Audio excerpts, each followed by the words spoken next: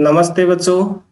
आज की इस क्लास में हम कक्षा 6 की गणित की प्रश्नावली 5.3 के सभी सवालों को हल करेंगे। तो वीडियो में आप लास्ट तक बने रहें और ये वीडियो आपको पसंद आए तो इसको लाइक करें। यदि आप चैनल पर पहली बार आए हैं तो चैनल को सब्सक्राइब कर बेल आइकन के ऑल बटन को अवश्य प्रेस कर लें ताकि चैनल पर अपलोड होने वाले प्रत्येक वीडियो की सूचना आपको सबसे पहले मिल जाए। और क्लास शुरू करें उससे पहले इस वीडियो का लिंक अपने अन्य साथियों को भी शेयर कर दें जिससे उनको भी इस वीडियो का लाभ मिल सके। तो चलिए अब शुरू करते हैं हमारी क्लास और हल करते हैं इस प्रश्नावली के एक एक सवाल को। सबसे पहले देखिए इस प्रश्नावली का पहला सवाल। पहला सवाल है, उसमें देखिए हमें क्या याद करना है।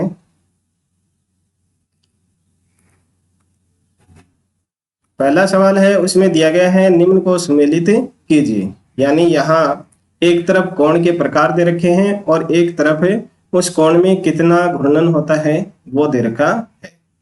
तो देखिए पहला जो ऑप्शन है उसमें दिया गया है रिजु कोण।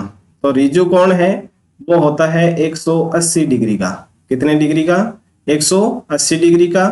एक बार मैं इनको समझा देता हूं कि कौन सा कोण है वो कितने डिग्री का होता है। इस रिजु कोण को सरल कोण भी कहते हैं। फिर आगे दिया गया है समकोण। तो समकोण होता है आपके 90 डिग्री का और न्यून कोण होता है आपके 1 डिग्री से लेकर के 89 डिग्री के बीच का कोण। और अधिक कोण है, अधिक कोण होता है आपका 91 डिग्री से लेकर के 179 डिग्री के बीच का। ठीक है। और प्रतिवर्ती कोण है वो होता है आपका 181 डिग्री से लेकर के 359 डिग्री के बीच में।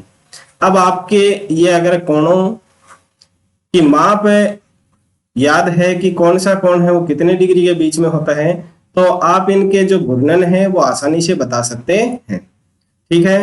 अब देखिए जो यहाँ एक चित्र बना के रखा है मैंने सर्किल का, उसको देखिए आप।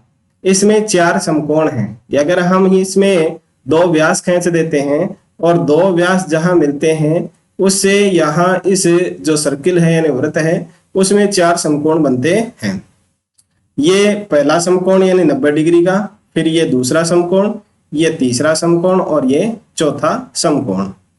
अब अगर यहाँ 90 डिग्री यानी न्यून कोण बन रहा है, 90 डिग्री से कम का बन रहा है तो वो होगा 1/4 घूर्णन से कम का, क्योंकि इसके 4 भाग हो गए तो 4 भाग में से 90 डिग्री का अगर कोण बन रहा है, समकोण यदि बन रहा है तो वो होता है 1/4 घूर्णन। तो यहाँ देखिए एक ऑप्शन में दे भी रखा है समकोण, तो ये समकोण है। इस समकोण का होता है 1/4 घूर्णन। कौन सा घूर्णन होता है? 1/4 घूर्णन। तो 1/4 घूर्णन कौन से दे रखा है? इसमें डी में दे रखा है। तो ये जो बी वाला है उसका राइट आंसर हो जाएगा डी। यानी इस समकोण का हो जाएगा 2 का मिलान है वो डी से हो जाएगा 1/4 घूर्णन। और यदि हम इस बीच वाली रेखा को हटा दें और यहाँ 180 डिग्री का कोण बन जाए, यहाँ 180 डिग्री का इस तरह से कोण बन जाए तो ये होगा रिजु कोण या सरल कोण। तो इसमें कितना घूर्णन हो गया? 1/4 ये और 1/4 ये, तो आधा घूर्णन हो गया। तो जो पहला ऑप्शन दे रखा है उसमें दे रखा है रिजु कोण, और रिजु कोण का घूर्णन कितना हुआ? 1/2 घूर्णन। 1/2 घूर्णन। तो ये 1/2 घूर्णन है वो दे रखा है सी में, तो इसे पहले का मिलान हो जाएगा सी पार्ट से। अब अगला है न्यून कोण। तो न्यून कोण होता है 1 डिग्री से लेकर के 89 डिग्री के बीच में। तो यानी इस 90 डिग्री से कम होगा तो यानी 1/4 घूर्णन से कम होगा। 1/4 घूर्णन से कम होगा। तो 1/4 घूर्णन से कम कौन से में दे रखा है? ए में दे रखा है। तो इस 3 वाले का मिलान हम कर देंगे ए से। ठीक है। अब इसके बाद में दे रखा है अधिक कोण। तो अधिक कोण होता है 181 से लेकर के 359 के बीच में। सॉरी, अधिक कोण होता है 91 डिग्री से लेकर के 179 डिग्री के बीच में। यानी 180 डिग्री से कम, यानी 90 डिग्री से ज्यादा हो और 179 डिग्री से कम हो तो यह होता है 1/2 घूर्णन से कम। किससे कम? 1/2 घूर्णन यानी 1/4, यानी यहां तक 90 हो गया तो 91 यहां से शुरू होगा और 91 से लेकर के 100 गुणा c यहां तक होगा, तो यानी इसके बीच में होगा। तो यानी 1/4 घूर्णन से तो क्या हो, ज्यादा हो, और 1/2 घूर्णन से कम हो, तो यानी ये ई वाला ऑप्शन इसका सही हो जाएगा। अधिक कोण है वो इसमें होगा ई वाले में, 1/4 घूर्णन और 1/2 घूर्णन के बीच में होगा, यानी ये 1/4 घूर्णन है और यहां तक आते आते 1/2 घूर्णन पूरा हो जाएगा, तो ये हो जाएगा। इसे हम इसका मिलान कर देंगे। अब देखिए बच गया 5 वाला। 5 वाले में दे रखा है प्रतिवर्ती कोण। तो प्रतिवर्ती कोण होता है 181 डिग्री से, यहां से शुरू होगा, 181 डिग्री से शुरू होगा और यहाँ जो 359 है उससे कम का होगा। तो ये कितना हो गया, यानी 1/2 घूर्णन तो पूरा हो गया, तो यहाँ 1/2 घूर्णन से ज्यादा होगा। तो यहाँ ऑप्शन में देखिए कौन सा ऑप्शन आएगा, ये होगा 1/2 घूर्णन से अधिक, यानी 1/2 घूर्णन वाला तो हो जाएगा ऋजु कोण, सरल कोण, और इससे ज्यादा होगा तो वो होगा प्रतिवर्ती कोण। तो इसका मिलान हम कर देंगे बी से। तो इस तरह से आपको जो पहला सवाल है उसको हल करना है। आशा है आपको घूर्णन है वो समझ में आ गए होंगे, कौन से जो कोण है उसमें कितना घूर्णन होता है।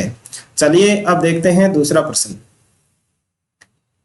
दूसरा प्रश्न है उसमें देखिए क्या ज्ञात करना है। दूसरा प्रश्न में दिया गया है, निम्न में से प्रत्येक कोण को समकोण, ऋजु कोण, न्यून कोण, अधिक कोण और प्रतिवर्ती कोण के रूप में वर्गीकृत कीजिए। इनकी माप मैंने पहले सवाल में आपको बता दिया, कौन सा कोण समकोण होता है, कौन सा ऋजु कोण होता है, कौन सा अधिक और कौन सा प्रतिवर्ती कोण। इस प्रतिवर्ती कोण है उसको वृहत कोण भी कहते हैं, ठीक है, वृहत कोण भी कहते हैं इसको। अब देखिए इनको देख करके ही आप पता लगा सकते हैं, ये जो पहला कोण है वो क्या है, 90 डिग्री से कम है, तो 90 डिग्री वाला कोण क्या कहलाता है, न्यून कोण कहलाता है। तो ए का जो आंसर है उसका उत्तर हो जाएगा न्यून कोण, ठीक है। अब जो बी वाला है उसका क्या आंसर होगा, ये देखिए 90 डिग्री से ज्यादा है और 180 डिग्री से कम है, तो ऐसा कोण होता है अधिक कोण। तो जो बी वाला कोण है उसका नाम आप लिख देंगे अधिक कोण। आप चंदे से इसको नाप भी सकते हैं।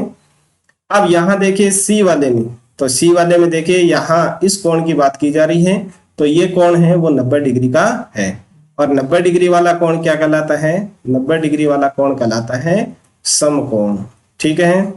अब डी वाला देखिए, डी वाला इस कोण की बात की जा रही है, तो यहाँ देखिए यहाँ ये रेखा अगर इस तरह से होती तो ये 180 डिग्री का होता, तो ये कोण है वो 180 डिग्री से ज्यादा हो गया, तो 180 डिग्री से ज्यादा के कोण को हम कहते हैं प्रतिवर्ती कोण या बृहद कोण। तो डी वाला है उसका नाम हो जाएगा प्रतिवर्ती कोण, प्रतिवर्ती कोण, ठीक है। अब देखिए ई वाला, ई वाले में देखिए सीधी सरल रेखा बन रही है, तो ये होता है सरल रेखा वाला सरल कोण या ऋजु कोण। ऋजु कहते हैं रस्सी को, और रस्सी कैसी होती है, सीधी होती है। तो जो सीधी रेखा बनी हुई हो तो वह कोण होता है 180 डिग्री का और उसको कहते हैं हम ऋजु कोण या सरल कोण। अब देखिए लास्ट एफ वाला, एफ वाले में यहाँ देखिए दो कोण बने हुए हैं और ये दोनों कोण हैं वो क्या है, 90 डिग्री से कम के हैं, अर्थात न्यून कोण है। तो ई वाला हो जाएगा न्यून कोण। तो इस तरह से आज की क्लास में हमने 5.3 की जो प्रश्नावली है उसकी जो 2 सवाल हैं दोनों सवालों को हल कर लिया है। 2 ही सवाल है इसमें। आशा है आपको अच्छे से समझ में आ गए होंगे। ये वीडियो यदि आपको पसंद आया है तो इसको लाइक करें, चैनल को सब्सक्राइब करना ना भूलें। मिलते हैं अगले वीडियो में, तब तक के लिए नमस्ते। इस वीडियो को देखने के लिए आप सभी का धन्यवाद।